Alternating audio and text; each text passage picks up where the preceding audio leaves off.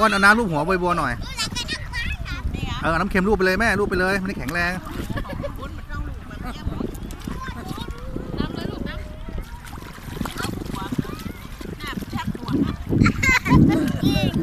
เย็น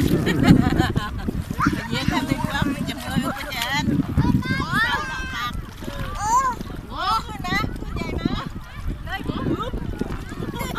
อ้วนปล่อยมันนี่ปล่อยมันนี่ปล่อยมันเลยปล่อยมันเลยอยู่เงี้ยปล่อยมันปล่อยมันปล่อยมันปล่อยมันปล่อยมันปล่อยมันเลยปล่อยมันเลย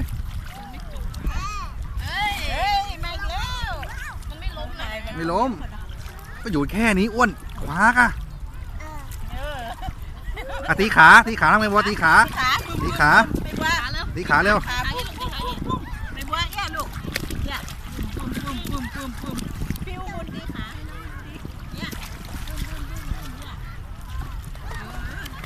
กำไว้จริงๆตีแย่มันก็น้อย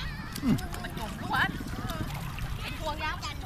ไม่บัวตีขาด้วยบุ้มตีขาเนี่ยพี่อุ้มบุญก็ตีไม่บัวตีมั่งตีมือด้วย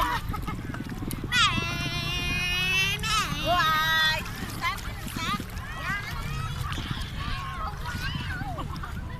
ตีขาด้วยไม่ว่าตีขา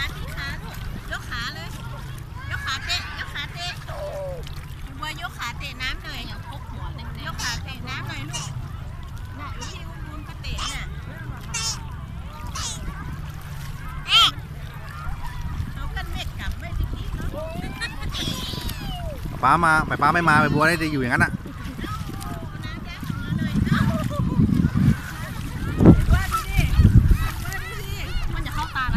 กลางมันร่างกายมันนี่ของมันเองมาดันไป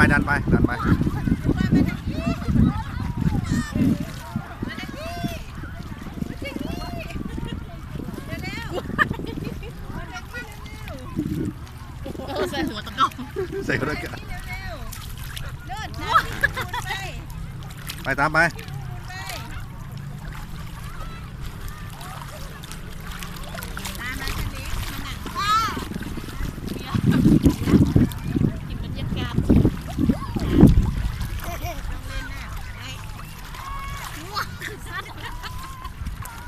บัวทีบขาด้วย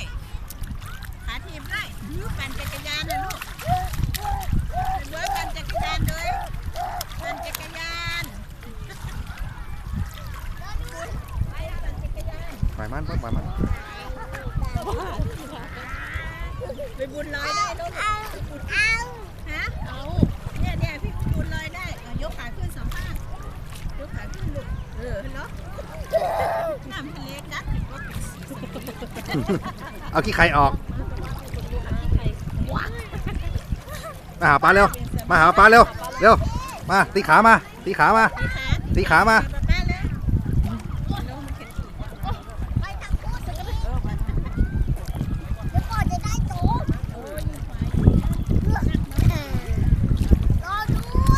พอแล้วอ้วนปล่อยมันพอแล้วปล่อยมันขึ้นมันสูงยิงสูงขึ้นนะ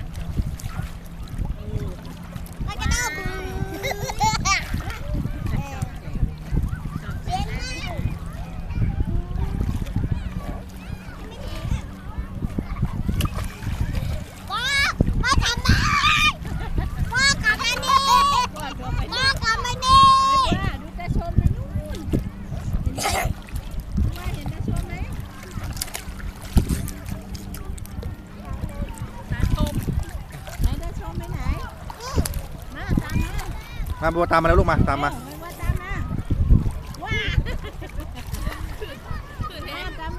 ไม่ใช่กลัวน้ำเค็มหัวได้แล้วหลุดมาเลยมันหลุดน้ำจืดมันบอกหัว